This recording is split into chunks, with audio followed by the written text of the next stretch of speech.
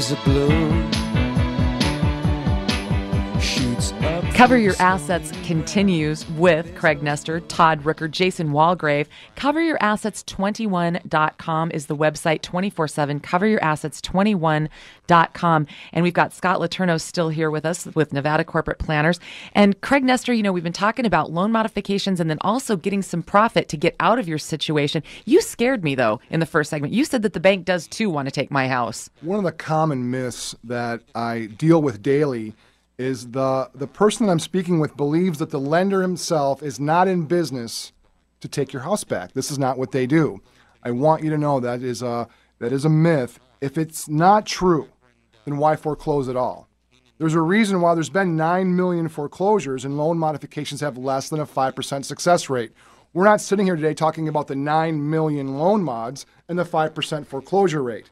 First of all, I love it. The banks have field reps. They can take pictures, they can change locks, they can winterize your property.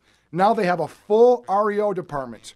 Where did that department come from? That infrastructure, that policy, procedure, the manpower. There's your bailout dollars, folks. $800 billion with a B to establish your REO departments whose sole purpose is to take on foreclosed inventory. Wow. They have construction crews that can fix and rehab properties. They have title companies which allow them to ensure they have the right to foreclose, they have the right documents, and have clean title. They have relationships with real estate agents, appraisers, and auction houses to get the property sold. Let me tell you something that's real scary. Bank of America is now the 3rd largest lender on earth. They're also the 9th largest property holder. Ew. Wow. Yeah, and so they are fully equipped to take this property back in any condition at any time. In fact, there is no other industry or other group of companies that's better prepared to own a home than the one that's calling you and telling you to pay your mortgage. They are equipped and battle ready to roll over and take your home. See, you also pointed out to me that they don't necessarily take a huge loss, even if you're $100,000 upside down when they foreclose. Look, there is just too much at stake for the average individual to try to properly address all the issues that are available to them in the foreclosure process. They don't understand the playing field, and when you call the lender and you don't know the truth about the game, you get beat. Mm-hmm. In fact, you know, and Todd talks about it very eloquently, if you only have a 5% chance of success, regardless of what they say, what's plan B? Mm-hmm. You know what? They're not, consumers are not making good decisions because they don't know that. I mean, let's first, just to finish that thought off that Craig had, which is so good. Look, our ding-dongs in government incentivize the banks more to foreclose than they do to work with the homeowners. That's about as simple and straightforward as it can possibly be. The banks, as I've said, purposefully understaff the loan modification department so that they can get the bailout money, we'll use that term, the bailout money in foreclosures. Because if they don't comply with the loan modification provisions, then they don't get the money. So we're not often talking about the small banks that you do business with, but rather the major lenders. And the major lenders are the ones that are acquiring the small banks that are losing ground, because if they don't have their loans collateralized properly, they lose their FDIC guarantees. Their depositor accounts no longer have the guarantee on their savings and checking accounts, and consequently they go into receivership. Now the big banks take them over for cents on the dollar. They foreclose and they make a boatload of money. So they're modifying purposefully as though they're sending around this PR campaign all over the country. And surprise, surprise, after you go and meet with a human being and you feel all warm and fuzzy, you call them back the next day and they can't find your paperwork. Gee, what a surprise that is. And then, oh, by the way, the foreclosure department has got 10 times the staffing that the loan modification department does. So it's really not a big surprise. It's what they're doing. You know, we talk about this on Cover Your Assets all the time, like one size doesn't fit all, one solution doesn't either. And Todd, you worked with some clients who thought that they would do anything to hold on to their home at one point. This is something that many people do, because it obviously the home is the last vestige mentally, and they will tell me things like, we're willing to do anything to keep the home. And I mean anything, you know? Okay, but here's the problem. They don't know what anything is. And I revert people back to the budget and the money management, and I'm going to say 1,000,000 times over that this is something that they all perceive to be a colossal waste of their time, because if I'm losing my house, why are you wasting time talking to me about a budget? because you're not making decisions from a position of accuracy. Every option that we have, every tool that we have in our toolbox is meaningless if you can't make good decisions from a position of accuracy. So here's the point that I'm making. This couple comes to me, and as you, maybe if you've listened to the show before, you hear me telling you that my clients are often people who've never missed a payment and still haven't when they come to see me. But these folks were a little bit different. Their bankruptcy attorney had referred them to me. They came to see me. They were almost completed with their bankruptcy. They'd gone through their creditor meeting, and they were about to get discharged shortly. We went through the budget with them, and their attorney referred them to me. So the first place that I start is doing a comprehensive budget. Now, mind you, this is a couple who eliminated $90,000 in credit card debt, and to their way of thinking, obviously, when the credit card debt and the supporting payments that were required to be made are no longer a component of their expenses each month, obviously, they're going to have a whole bunch of money. Well, obviously, they don't have a clue about their budget.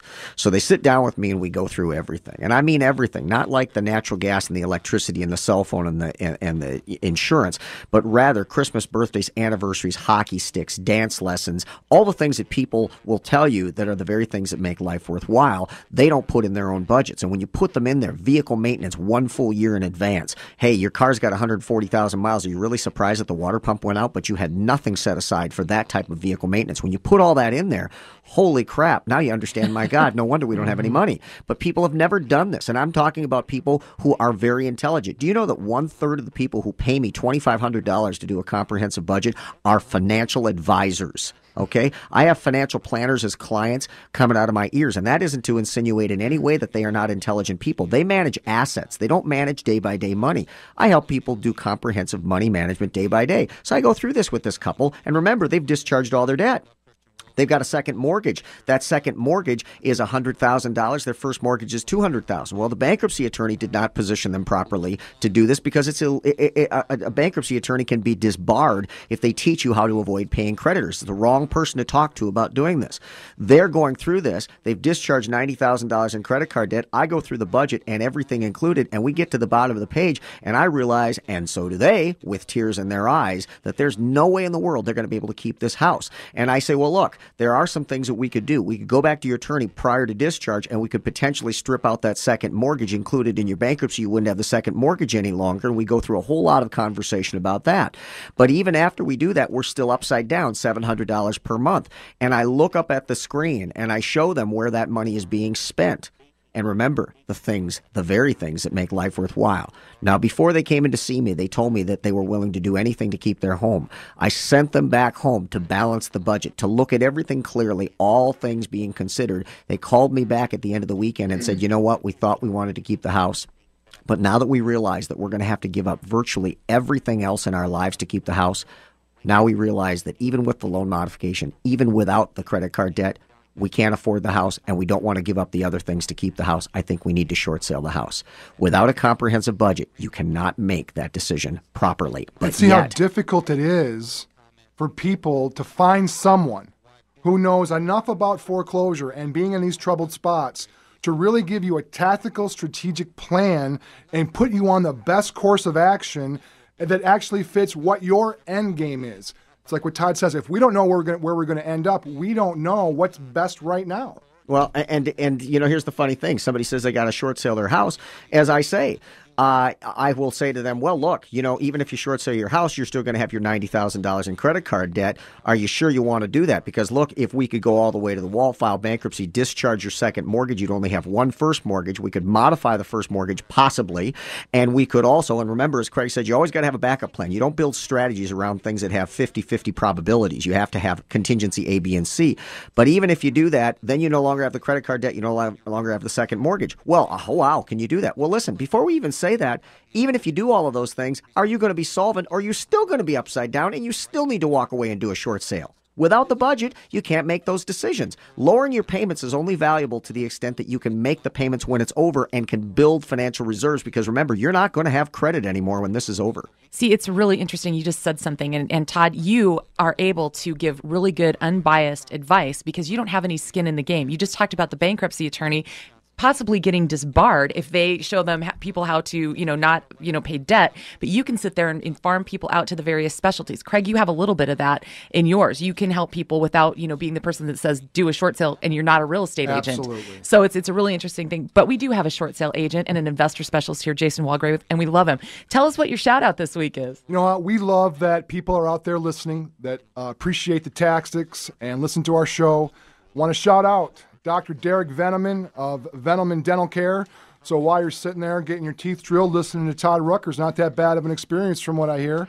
And Dr. Derek Veneman also, he keeps my wife's smile just beautiful, and he prides himself on so many other beautiful smiles between his Maplewood and St. Croix Falls clinic. And thanks for having the staff listen to the show, and we appreciate the quality work that you do, Dr. Veneman. Excellent. And thanks also, Scott Letourneau from Nevada Corporate Planners, for joining us, Scott. We'll have you back again sometime real soon. Have a great week. Yeah, thank you. It's been my pleasure. Absolutely. 855-835-8500. Our number is good all week. That's 855-835-8500. And join us online. Get in with the Cover Your Assets team at coveryourassets21.com. That's coveryourassets21.com. We'll see you next week, everybody.